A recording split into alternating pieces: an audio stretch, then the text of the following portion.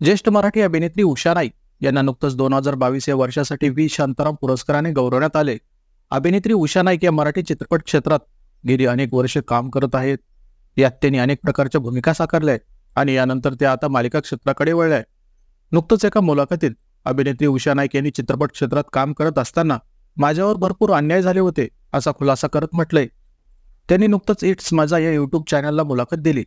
यात त्या म्हणाल्या की चित्रपट क्षेत्रात काम करत असताना माझ्यावर भरपूर अन्याय झाले होते, पण ते सर्व माझ्यावरचे अन्याय या 1000च्या नोटने भरून काढले। जवळजवळ 15 ते 16 अवॉर्ड मला मिळाले। काम करणं हे मला चांगलं माहीत होतं। आता अवॉर्ड मिळणं न मिळणं हा काही नशिबाचा भाग नाही, तर हा काही लोकांच्या मर्जीचा भाग आहे, हे मला नंतर कळत गेलं, असं उषा नाईक यांनी म्हटलंय। यासोबतच ज्येष्ठ मराठी अभिनेत्री उषा नाईक यांनी त्यांच्यामुळेच मराठी कलाकारांना फिल्मफेअर अवॉर्ड मिळणं बंद झालं होतं आणि आता अभिनेता रितेश देशमुख याच्यामुळे ते पुन्हा सुरू झालं, असा एक खुलासा अभिनेत्री उषा नाईक यांनी या मुलाखतीत केलाय। यात त्यांनी म्हटलंय की मला फिल्मफेअर अवॉर्ड मिळाला, पण तो अवॉर्ड घ्यायला मी गेले नाही। माझ्या मुलाचे उपचार सुरू होते, त्यामुळे डॉक्टरकडे धावा सुरूच होत्या आणि त्यामुळे हे सर्व सोडून तिथे जाऊन अवॉर्ड घेणं हे मला योग्य वाटलं नाही। त्यावेळी फिल्मफेअर अवॉर्डमध्ये मराठी कलाकारांना घेणं बंद केलं।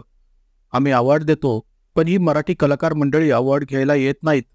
यांना या अवॉर्डची काळजी नसेल तर जाऊ दे, असं तेव्हा बोललं जायचं। तेव्हापासून हा अवॉर्ड देणं त्यांनी बंद केलं आणि त्यानंतर पुन्हा हा फिल्मफेअर अवॉर्ड देण्यास रितेश देशमुख सरांनी स्वतंत्रपणे सुरू केलं। तेव्हा मी या पुरस्कार सोहळ्याला गेले होते।